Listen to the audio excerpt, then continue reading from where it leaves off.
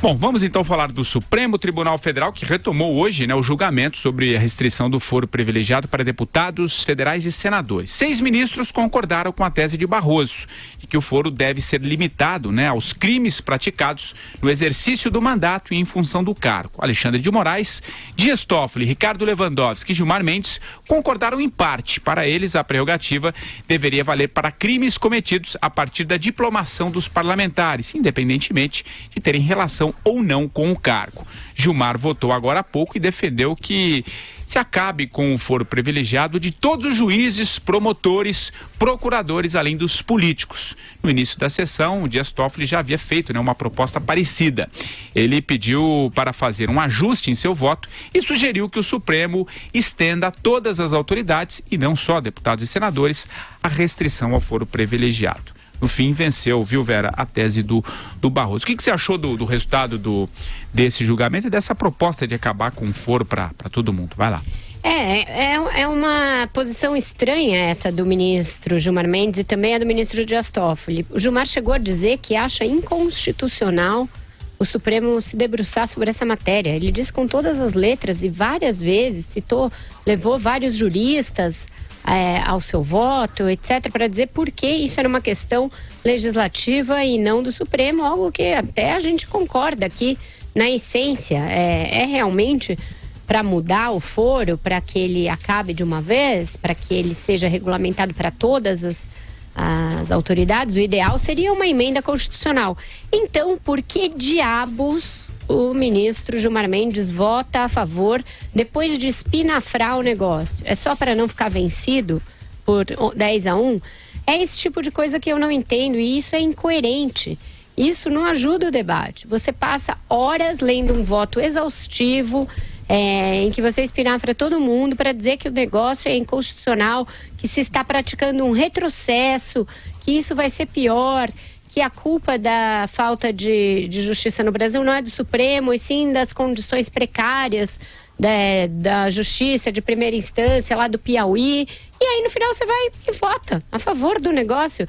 Então isso não é didático, isso não é honesto intelectualmente, isso não é coerente, não é nada.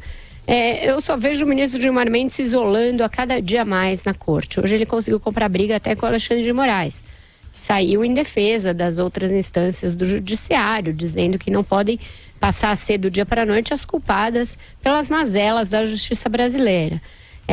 Eu acho que a limitação que se faz ao foro não é a ideal, não é completa, ela tem aqueles problemas que nós falamos aqui ontem, mas desde sempre eu acho, e tenho dito aqui, que o foro hoje virou um biombo para político se esconder. Então, que isso comece a mudar, eu acho que é bom, eu acho que é salutar para a política brasileira, para inclusive o funcionamento do judiciário brasileiro. O Supremo virou, como disse o ex-ministro Carlos Veloso, uma corte de segunda classe ali, corte penal de segunda classe, e eu acho que agora resta aos deputados e senadores tomarem uma atitude tão logo acabe a intervenção federal no Rio e regulamentar isso de uma maneira uniforme, Patrick.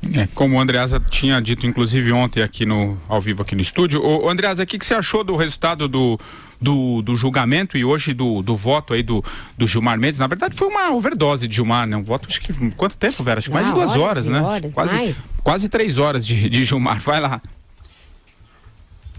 Patrick, ao longo desses últimos dias, eu identifiquei nessa proposta do Roberto Barroso que estupidamente, estúpido, no passado elogiei, eu identifiquei, minha visão, essa proposta como um desastre.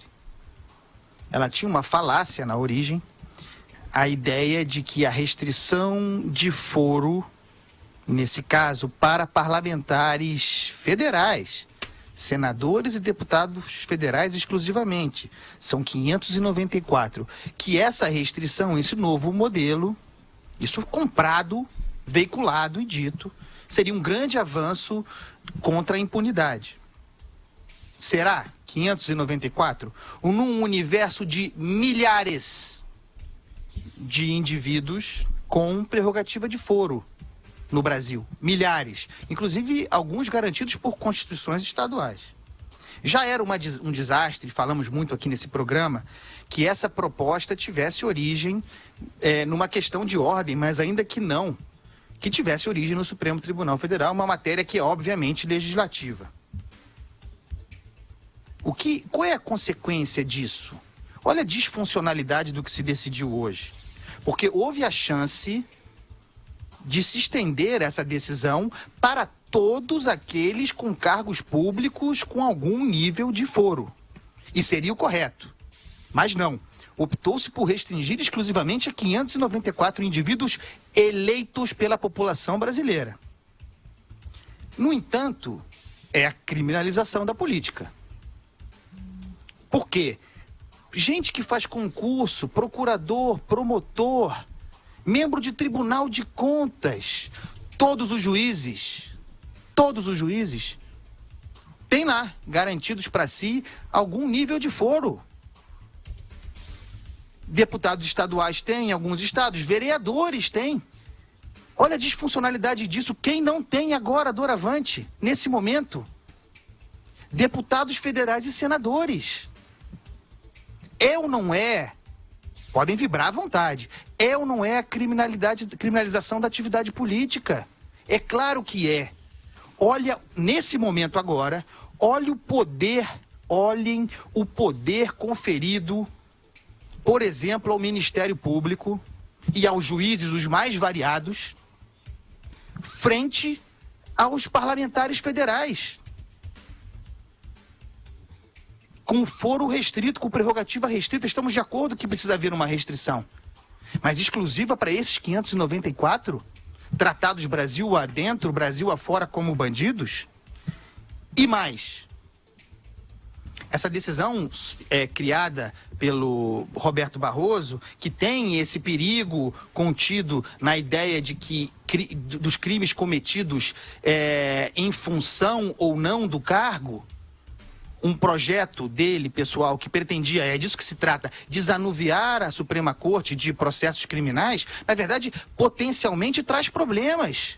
Quem vai decidir se um crime é afeito concernente ou não ao cargo? É complicado isso. E mais, para concluir essa minha primeira intervenção, essa decisão pode gerar um efeito cascata. Quem diz que não?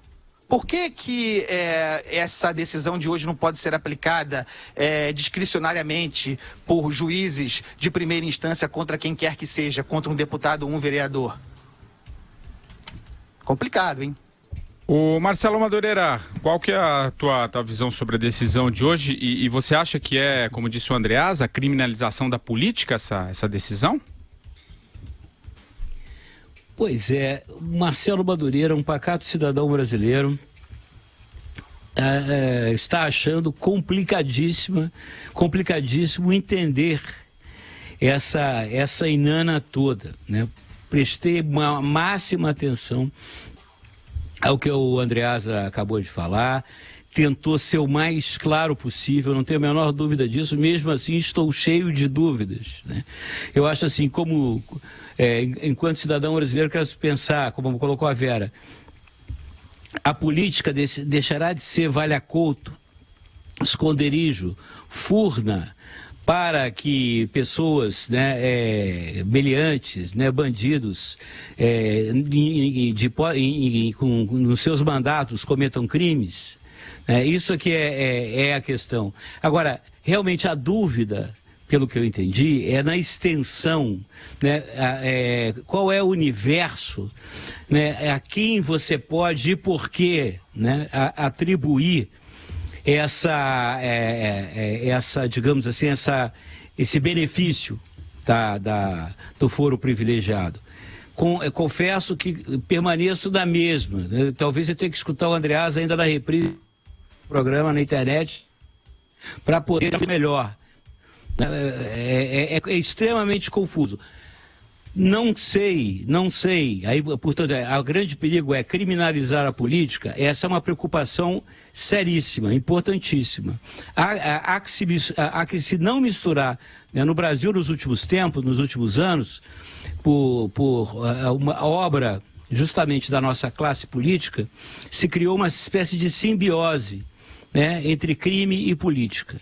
Né, onde não se sabe onde acaba um, onde começa o outro. E isso pode levar a esse tipo, digamos, de engano, de problema.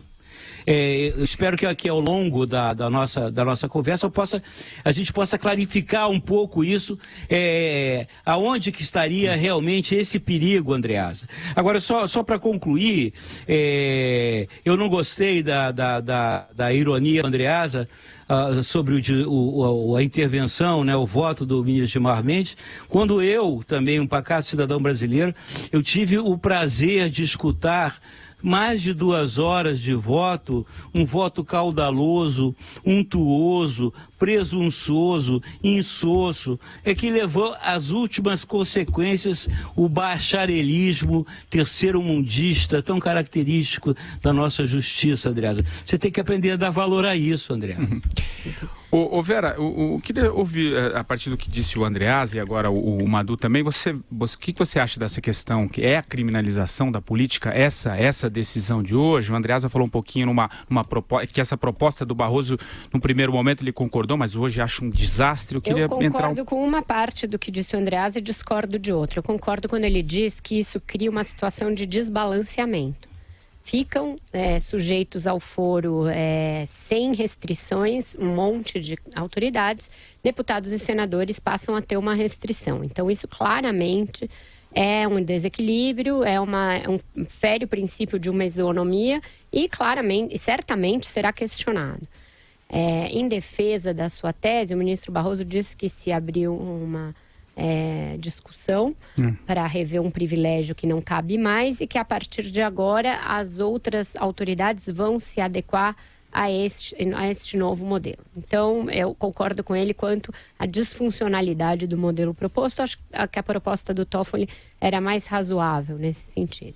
Eu discordo quanto a essa história de criminalização da política, pelo fato de que deputados e senadores continuarão tendo o foro para os crimes que eles cometerem no exercício dos seus mandatos. Não deveriam cometer nenhum. Sendo deputados e senadores, não deveriam cometer crimes, mas se cometerem, terão direito ao foro no Supremo.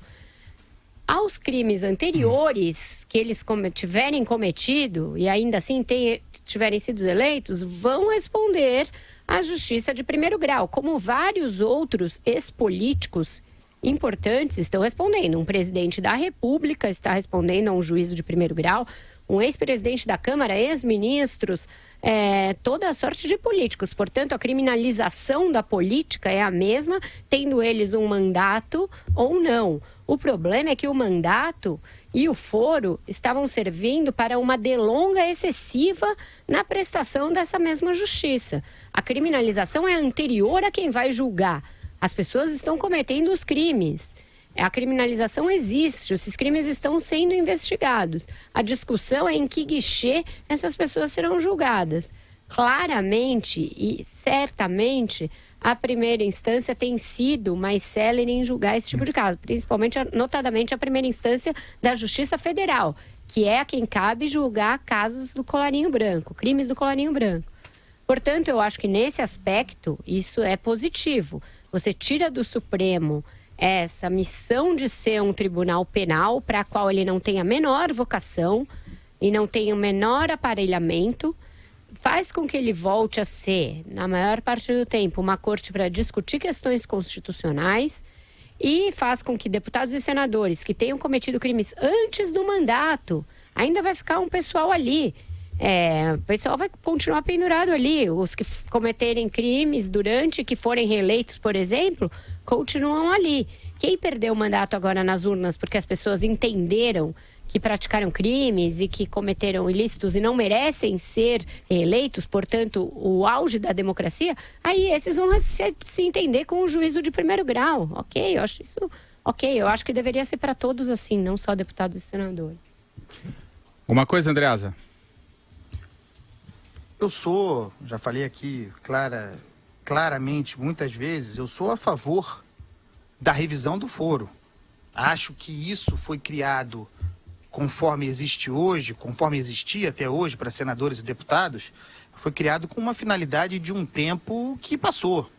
A realidade é outra hoje, né? E os abusos são evidentes dessa prerrogativa. Eu sou a favor da revisão. Só que para todos. Primeiro, no lugar correto, no Congresso. Mas vá lá, o Supremo legisla. Que legisle para restringir o foro de todos, inclusive deles juízes. Que o senhor Roberto Barroso apresentasse a sua proposta nesses perfeitos moldes conforme ele a apresentou, mas para todos aqueles que no Estado brasileiro, eleitos ou não, para que todos esses tivessem restrições no foro. É grave a disfuncionalidade em que 594 parlamentares federais, parlamentares, portanto, eleitos, tenham restrição de foro contra si, né? Entre aspas, esse contra, e todos os demais mantenham. Não faz o menor sentido. Vejam, não dá para dizer com esses números que se esteja pretendendo no Supremo Tribunal Federal dar uma resposta à impunidade. É mentira. Estão e não conseguirão, porque a vinculação, a ideia de que precisa ter relação com a atividade parlamentar fará com que uma enxurrada de questionamentos surja nessa corte, muito mais do que há até agora, mas não dá para dizer que o que se fez agora seja contra a impunidade. Não é. É para tentar desanuviar os processos criminais daquela corte. São quase 60 mil brasileiros que mantêm algum tipo de prerrogativa de foro, intocada pela proposta do senhor Barroso. Claro, inclusive os juízes, categoria da qual ele faz parte, inclusive promotores, procuradores, o Ministério Público, Tribunal de Contas, por aí vai, é uma loucura. Quem teve o foro restrito? 594 parlamentares federais. Então, sim. Mas os parlamentares não, são né? políticos. Quando deixarem de ser parlamentares. É que juiz não deixa de ser juiz, promotor não deixa de ser promotor, não perde o cargo. Essa é a diferença. Sim, a diferença existe, mas de qualquer maneira, e aí está a criminalização da política, essa decisão concerne a políticos. Aqueles que ocuparão o Legislativo e o Legislativo Federal. Se as pessoas acham isso legal, se acham que isso é um começo para alguma coisa, que me apresentem o fim, que mostrem onde isso vai dar. Madu. Pois é, eu acho o seguinte, tem uma coisa que também para mim não ficou clara, é a natureza do crime.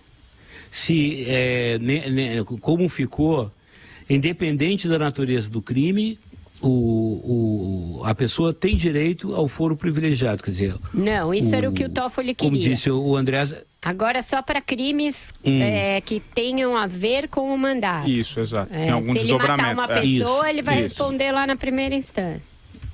Criminalmente, na primeira instância, normal. Ah, ok. Crimes de colarinho branco. Qual seria o foro? Teria direito a foro privilegiado? Sim, porque aí ou iria pressupõe-se que você está usando o seu mandato para cometê-lo. Uhum. Mas só na vigência do mandato. Madu, ninguém sabe. Vai ter que ser tratado caso a caso. Isso é um disparate, entendeu? Quer dizer, crimes relativos ao cargo, quem decide isso? Onde é que se estabelece uma lista com isso? Isso é aumentar o problema. Nesse aspecto eu concordo. André, só queria anotar aqui para a gente quebrar o clima, a predileção que o ministro Gilmar Mendes tem pela obra do Monteiro Lobato, né? No processo de cassação da chapa Dilma Temer, ele já tinha citado o Américo Pisca-Pisca, que é um personagem do livro A Reforma da Natureza. Exatamente. Do Monteiro Lobato. Da natureza. E hoje lá estava um Américo Pisca-Pisca de novo, piscando no STF, que é o sujeito que queria reformar a natureza e achava que as abóboras abóboras, as jabuticabas estavam nascendo todas. Ele viu no nascer na lugar árvore errado. e a jabuticaba no chão. É isso aí. Pra ele, Até acho que que caiu, o Américo pisca-pisca caiu uma é o jabuticaba Barroso. na cabeça dele. É isso aí. Bom, gente, claro Mas que... a fixação do Gilmar... Vai lá, a Madu, fixação claro. do Gilmar, Vera, é só sobre a obra infantil do Monteiro Lobato, que é também maravilhosa. Mas eu imaginava que ele deveria, de repente, fazer uma tentativa de ler a obra para adultos do Monteiro Lobato também, que é muito boa. Mas acho que ele não entende muito.